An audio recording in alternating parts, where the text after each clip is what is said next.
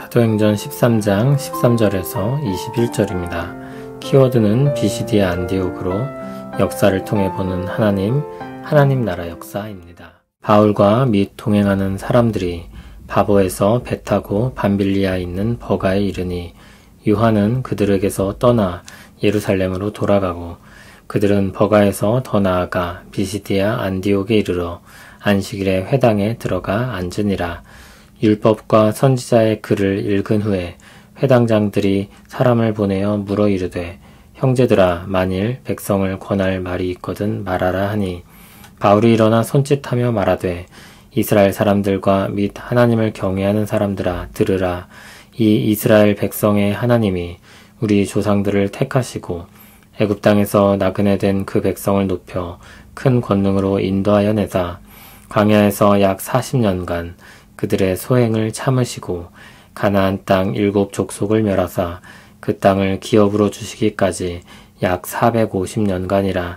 그 후에 선지자 사무엘 때까지 사사를 주셨더니 그 후에 그들이 왕을 구하거늘 하나님이 베냐민 지파 사람 기스의 아들 사울을 40년간 주셨다가 패하시고 다윗을 왕으로 세우시고 증언하여 이르시되 내가 이새의 아들 다윗을 만나니 내 마음에 맞는 사람이라 내 뜻을 다 이루리라 하시더니 하나님이 약속하신 대로 이 사람의 후손에서 이스라엘을 위하여 구주를 세우셨으니 곧 예수라. 그가 오시기에 앞서 요한이 먼저 회개의 세례를 이스라엘 모든 백성에게 전파하니라. 요한이 그 달려갈 길을 마칠 때에 말하되 너희가 나를 누구로 생각하느냐. 나는 그리스도가 아니라 내 뒤에 오시는 이가 있으니 나는 그 발에 신발끈을 풀기도 감당하지 못하리라 하였으니 형제들아 아브라함의 후손과 너희 중 하나님을 경외하는 사람들아 이 구원의 말씀을 우리에게 보내셨거늘 예루살렘에 사는 자들과 그들 관리들이 예수와 및 안식일마다 외우는 바 선지자들의 말을 알지 못하므로 예수를 정죄하여 선지자들의 말을 응하게 하였도다. 죽일 죄를 하나도 찾지 못하였으나 빌라도에게 죽여달라 하였으니 성경에 그를 가리켜 기록한 말씀을 다 응하게 한 것이라. 후에 나무에서 내려다가 무덤에 두었으나 하나님이 죽은 자 가운데서 그를 살리신지라. 갈릴리로부터 예루살렘에 함께 올라간 사람들에게 여러 날 보이셨으니 그들이 이제 백성 앞에서 그의 증인이라. 아멘. 13절은 바울과 및 동행하는 사람들로 시작합니다. 바나바의 이름은 등장하지 않습니다. 한편 바울이 가장 먼저 언급됩니다. 바울이 선교의 주도권을 가지는 것입니다. 바울에게 익숙한 곳으로 와서 그렇게 되었을 수도 있고 성령께서 지도력을 그에게 넘기신 것일 수도 있습니다. 바울 일행은 구브로 섬의 서편에 있는 바보에서 배를 타고 북서쪽에 있는 밤빌리아의 버가로 이동합니다. 그런데 이때 요한이 예루살렘으로 돌아갑니다. 여기엔 떠난 일만 언급되고 있습니다. 나중에 바울은 이 일로 인해 요한과 함께 일하기를 거부하게 됩니다. 바나바와 심히 다툴 만큼 요한과 함께 동역하기를 거부하는데 요한이 떠난 이유가 무엇이었든지 간에 그 사건은 바울에게 큰 실망을 안겨주었던 것이 분명합니다. 요한이 돌아간 이유는 따로 밝히고 있지 않기 때문에 다양하게 추측들을 합니다. 비시디아 안디옥으로 가는 여정은 타우루스 산맥을 넘어야 하는 힘든 길이었는데 그 여정이 고돼서 포기했을 수 있다고도 봅니다. 혹은 바울에 대한 불만으로 돌아갔을 수도 있습니다. 혹은 향수병이나 질병에 걸려 돌아갔을 수도 있습니다. 혹은 젊은 패기로 시작한 선교 여정이었는데 생각 이상으로 어려웠기 때문에 돌아간 것일 수도 있습니다. 어느 쪽이든 요한이 돌아간 일은 바울에겐 무책임하게 느껴졌습니다. 바울 일행은 계속해서 여정을 이어갑니다. 버가에서 더 북쪽으로 올라가 비시디아 안디옥에 이릅니다. 160km나 되는 먼 길, 그리고 험한 길이었습니다. 그리고 그들은 거기서 안식일에 회당으로 가는데 계속해서 반복되는 패턴입니다. 먼저는 유대인에게 복음을 전합니다. 회당에서 성경을 낭독하는 사람이 율법과 선지서를 읽었고 회당장은 권할 말이 있는지 물었습니다. 그때 바울이 일어나서 말하기 시작했습니다. 15절을 보면 이스라엘 사람들과 및 하나님을 경외하는 사람들이라고 했는데 유대인과 하나님을 경외하는 이방인을 가리킵니다. 바울은 먼저 이스라엘 역사를 이야기합니다. 이스라엘의 하나님이 그들을 택하시고 애굽 땅에서 나그네가 되었던 그들을 인도하여 나오게 하셨습니다. 이스라엘은 광야에서 약 40년을 보냈는데 그 기간은 하나님께서 그들의 악행을 참으시는 날들이었습니다. 하나님은 인내하셨고 그들을 가나안 땅으로 인도하셨습니다. 그리고 가나안 땅 7족속을 멸하시고 그 땅을 기업으로 주셨습니다. 19절에는 그와 같이 행하신 기간을 약 450년이라고 했는데 애굽에서 있었던 400년, 광야 40년, 그리고 정복기간 10년을 가리키는 것 같습니다. 하나님은 선지자 사무엘 때까지 사사를 주십니다. 그 후 왕을 구하는 이스라엘에게 하나님은 베냐민 지파의 사울을 40년간 왕으로 주셨었고 이후 그를 패하시고 다윗을 왕으로 세우셨습니다. 하나님은 그를 가리켜 내 마음에 맞는 사람이라 내 뜻을 다 이루리라고 하셨습니다. 하나님은 다윗에게 약속하셨던 것처럼 다윗의 후손에서 이스라엘을 위한 구주를 보내십니다. 그분이 예수님이었습니다. 그분이 오기 전에 요한이 회개의 세례를 전파했는데 요한은 자기의 사역을 마칠 때 오실 그리스도에 대해 증거하며 자신은 그분 앞에 아무것도 아닌 사람이라고 말했습니다. 바울은 유대인과 이방인들을 향해 하나님이 보내신 구원의 말씀에 대해 이야기합니다.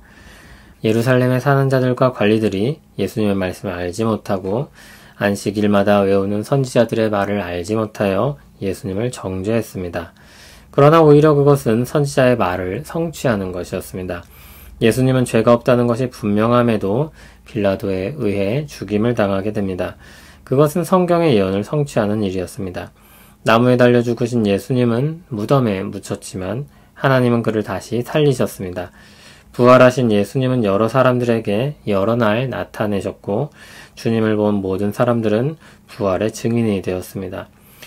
바울은 성경의 역사를 훑어내려가면서 하나님이 말씀하신 일들이 이루어졌다고 말합니다. 27절, 29절을 보면 하나님의 말씀이 성취되었다는 것을 반복해서 강조합니다. 예수님의 죽으심과 부활은 어쩌다가 일어난 사고가 아니라 하나님의 말씀의 성취이며 사람들을 구원하시는 일이었습니다. 구약시대에 주셨던 말씀을 이루시는 것이었고 부활의 증인들이 그것을 목도했습니다. 그들은 하나님의 구원 역사를 듣고 보고 전하는 증인이 되었습니다. 바울 일행의 선교 여정은 그 복음을 전하기 위한 것이었습니다. 배를 타고 험한 항해를 감당하고 모든 위험과 어려움이 있음에도 산맥을 넘는 등 오래고 힘든 여정을 감행했습니다. 그것은 예수 그리스도의 복음을 전하기 위해서였습니다. 박해자였던 바울은 그 일에 앞장서고 있고 그와 함께하는 동역자들이 있었습니다. 이방인 교회인 안디옥 교회는 성령님의 말씀을 따라 그들을 파송하여 증인으로서의 역할을 감당하게 했습니다. 성령께서 이끄시는 복음 전파의 역사는 놀라운 방식으로 다양한 사람들을 통해 이어집니다.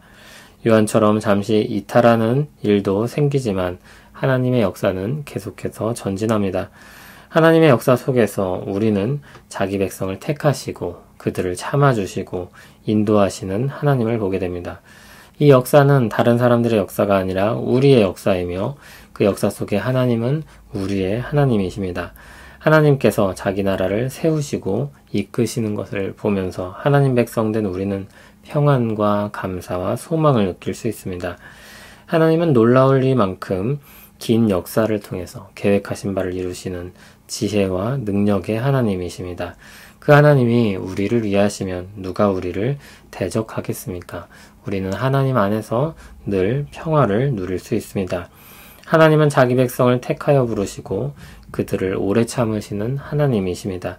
그 하나님께 우리가 속했으니 우리는 한없는 긍휼을 입어 주와 더불어 살 것입니다. 감사하지 않을 수 없습니다. 하나님은 뜻하신 바 자기 백성을 모든 죄악에서 건지시는 구원의 하나님이십니다. 이스라엘의 수많은 악행들은 하나님의 은혜로운 구원을 보여주는 반증이기도 합니다. 그리스도 안에서 주어지는 이 구원의 소망은 구원의 하나님으로 말미암아 성취될 것입니다.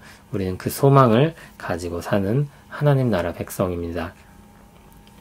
사도행전의 역사는 하나님 나라를 세우는 하나님의 역사입니다. 그 나라의 건국 역사라 바꿔 말할 수도 있습니다. 그러므로 하나님 나라 백성에게는 이 역사는 자기 나라의 건국사입니다. 남의 나라 역사가 아닌 우리나라의 역사 이야기인 것입니다. 그 역사에는 화려한 신화나 놀라운 업적들보다 하나님의 손길과 증인들의 수고가 가득합니다. 하나님이 이루시는 놀라운 뜻들과 하나님이 이루시는 일들을 말하는 사람들이 있습니다. 이 하나님 나라의 역사는 현재 진행형입니다. 자기 백성 안에 거하시는 성령님을 통하여 그리스도인으로 살아가며 복음을 전하는 사람들을 통해서 바로 우리를 통해서 지금도 계속되고 있습니다. 약속하신 그 나라가 임하기까지 우리의 일들은 하나님께 기억되고 전해질 것입니다.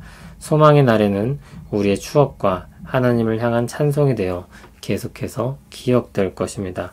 우리의 하루하루는 그렇게 복된 날들임을 기억하며 성령님이 함께 하시는 은혜 가운데 힘써 살아가길 바랍니다. 하나님 나라의 역사를 통해 우리 하나님을 바라봅니다. 권능으로 행하시며 뜻하신 바를 이루시고 한없는 은혜로 기다리고 용서하시는 하나님을 바라봅니다. 그 역사들을 통해 소망을 갖고 그 은혜를 힘입어 오늘을 살고자 합니다. 주여, 우리 하루하루의 기억이 부끄럽지 않게 하시고 주 안에서 빛나기를 소원합니다. 우리를 이끌어 주시옵소서. 예수님 이름으로 기도합니다. 아멘.